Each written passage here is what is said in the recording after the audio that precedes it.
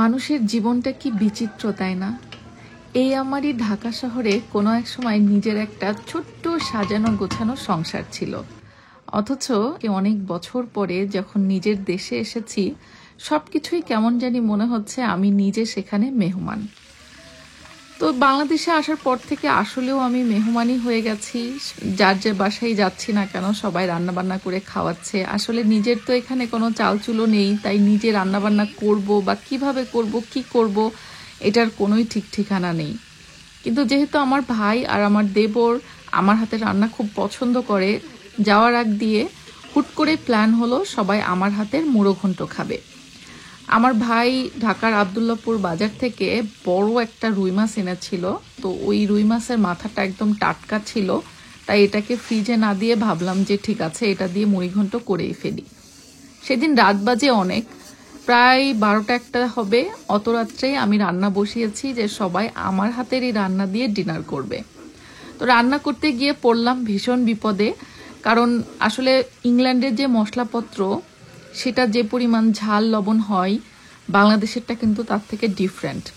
Same বিপদে পড়েছিলাম আমি যখন প্রথম দিকে বাংলাদেশ থেকে ইংল্যান্ডে গিয়েছিলাম। তখন ইংল্যান্ডের মশলাপত্র তরকারিতে অ্যাডজাস্ট করতে আমার খুব প্রবলেম হচ্ছিল, মানে সবকিছুই যেন কম বেশি হয়ে যাচ্ছিল পরিমাণটা। তো যাই হোক, বাট তারপরও অনেক ভয়ে ভয়ে রান্নাটা শেষ করলাম। সবাই পছন্দ করবে কিনা জানি না। তো চলেন তাহলে দেখি আমার আজকে রান্নাটা সবাই খেয়ে কি বললো। আজকে আমাদের মধ্যে রান্না করছে জান্নাত বৃষ্টি আপা, সেলিব্রিটি। তার হাতে খাবো আজকে মুড়ি ঘন্ট, সরি মুড়ো ঘন্ট। মুড়ি ঘন্ট, একটা মুড়ি নিয়ে আসো, মুড়ি দিয়ে দিই। আব্বু ওটাই বলতেছিলাম, ওই দিন বলতেছিলাম মুড়ি ঘন্ট। আসলে আমার ইচ্ছা ছিল তোমাদেরকে রান্না করে খাওয়াবো, কিন্তু সময় সুযোগ হয় নাই। আর আমি আসলে আমার বাসা ছাড়া কারো বসে রান্না করি না।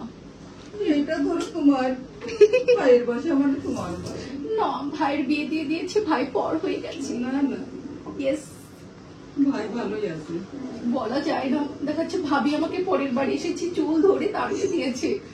দর্শক যেরকম বলেছি কয়টা দিন যাক, তারপরে দেখবো ভাইয়ের বউ কেমন থাকে। হ্যাঁ হ্যাঁ হ্যাঁ হ্যাঁ, ওকে ওকে ওকে। মানুষজন খুব মজা পাবে। হ্যাঁ বলবে, ঠিক বলছেন। এরকম একটা ভিডিও বানাবো, হ্যাঁ, মানুষজন যা মজা পাবে বলবে। আম্মু আম্মু আমার একটা কমপ্লেন আছে, আপনার মেয়ে আমাকে সময় দেয়নি। হ্যাঁ হ্যাঁ, কি কমপ্লেন রে বাবা? এটা অনেক বড় কমপ্লেন। ইনশাআল্লাহ নেক্সট বার আসলে আমি চেষ্টা করব। তোমার সাথে চা খাওয়া হলো না, তোমার সাথে ঘোরা হলো না, তোমার সাথে বসে সিনেমা দেখা হলো না বাসায় বসে। হ্যাঁ, আমরা বাসায় মধ্যে হ্যাঁ, উনু খেলা হলো না, ছাদে যেয়ে গল্প করা হলো না, অনেক কিছু আছে এরকম খুঁজে খুঁজে। তারপর তোমার সাথে আমার ইচ্ছা ছিল ধানমন্ডির ব্যাচেলর পয়েন্টে গিয়ে চটপটি খাবো, সেটা হলো। এটা ভাইয়াও বলছে আমাকে, বাট হলো না। আমরা কিন্তু খুব মিস করলাম, কারণ আমি জানি না এখন ব্যাচেলর পয়েন্টে ওই চটপটিটা পাওয়া যায় কিনা। আমি 5 বছর আগের কথা বলতেছি। ব্যাচেলর পয়েন্টের চটপটি পুরো ঢাকার মধ্যে আমার কাছে বেস্ট লাগে, তো সেটা খাওয়ার ইচ্ছা ছিল, বাট হয় নাই। আমাদের বাসায় যাওয়া হলো না। হ্যাঁ, তোমাদের বাসায় যাওয়ার প্ল্যান ছিল। এটা বিশেষ করে তোমার আম্মু, মানে আন্টি আমাকে অনেক করে হাত ধরে বলছিল যে মা যাওয়ার আগে একটু সময় সুযোগ করে মানে বর্ষাদের বাবার বাড়ি ঘুরে আসতে। বাট আসলে আমাদের কাজের স্কেজুল এত টাইট পড়ে গেছে, আর সবচেয়ে বড় কথা এর মধ্যে আমাদের ডক্টর অ্যাপয়েন্টমেন্ট ছিল অনেক, মানে সুজনের দাঁতে হচ্ছে ক্যাপ লাগাচ্ছে, তো ওটার জন্য 2-3 দিন ডক্টর অ্যাপয়েন্টমেন্টে চলে গেছে। তারপরে আবার হচ্ছে তুমি 3 দিন লেটে আসছো। হ্যাঁ, কিছু শপিং ছিল, তারপরে হচ্ছে সুজনের হচ্ছে কিছু অফিসিয়াল কাজ ছিল রেজিস্ট্রি অফিসে, ওইটার জন্য কিন্তু 4-5 দিন গেছে। প্রতিদিন সুজনে দৌড়াদৌড়ি করতে গেছে।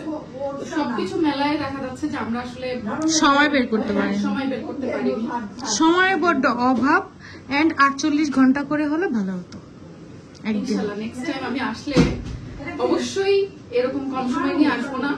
ইনশাআল্লাহ ইনশাআল্লাহ আবার দেখা হবে। বাংলাদেশের ব্লগগুলো কিন্তু সবাই অনেক পছন্দ করতেছে। হ্যাঁ, অনেক পছন্দ করতে। তুমি কাঁদতেছো কেন? কাঁদতেছি না, আমার চোখ চলতেছে। দেখ তোর বউ আমি চলে যাবো বলে কাঁদতেছে।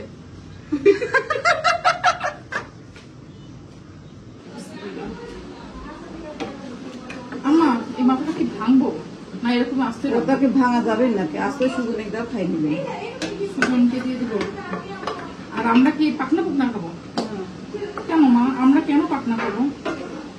পাকনা ভালো লাগে। এ আপা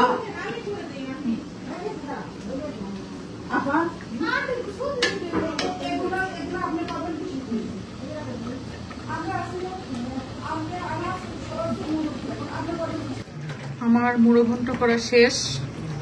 এখন জাস্ট একটু লবণ অ্যাডজাস্ট করে দিলাম আর দিয়ে দিব হচ্ছে কিছু পেঁয়াজ বেরেস্তা। আর যেহেতু বাসায় অনেক ধরনের তরকারি আছে এই জন্য আমি না বেশি করি নাই, মানে বেশি ডাল দিই নাই আর বেশি ঝোলও রাখছি না, যাতে কম তরকারি হয় তাড়াতাড়ি ফুরাই যায়।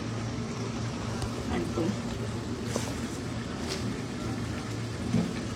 আমি ইচ্ছা করে কম ডাল দিচ্ছি বুঝছিস, আর ঝোলও রাখি নাই, একদম শুকনো শুকনো করছি।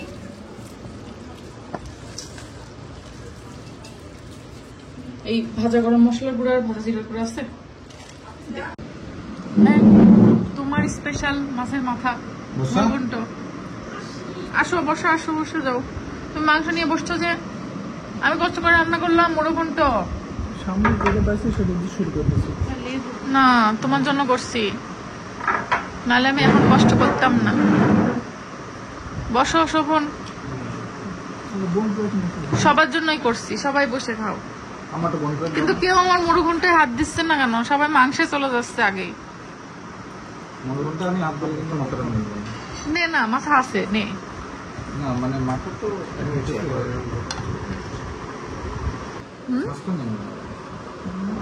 হ্যাঁ, তোমাকে আস্ত করার জন্য ওটা আস্ত রাখা হয়েছে।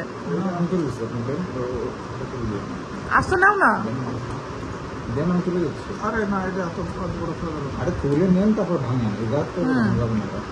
প্লেটে নিয়ে তারপর ভাগ বাটোয়ারা করো। আরো বড় বিপদ। আমি প্লেটই ছোট। ভাই আপনি প্লেটে নাও।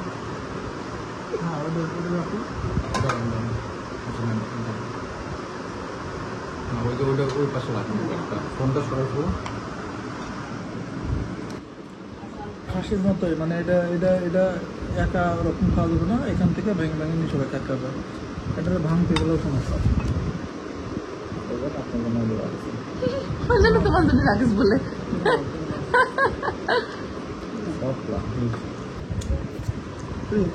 অনেস্ট রিভিউ দাও, কেমন হয়েছে? সেই সেই সেই তুই বল, অনেস্ট রিভিউ দে। চলে।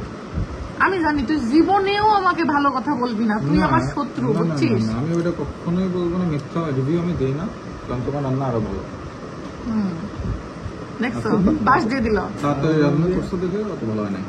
শ্রবণ বলো, অন্যের রান্নাঘরে রান্না সেম হয় না। তোর ডাল যে খারাপ, ডাল সেদ্ধ করতে পারিনি সেটা বললি না?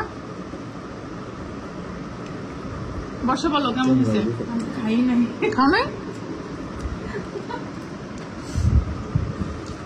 কি গো, মজা হয়েছে, ঠিক আছে। তুমি কি আমাকে খুশি করার জন্য বলছো না সত্য কথা বলছো? ওই যে ডালটা একটু কম সিদ্ধ, বাট আমার কাছে তাও ওকে।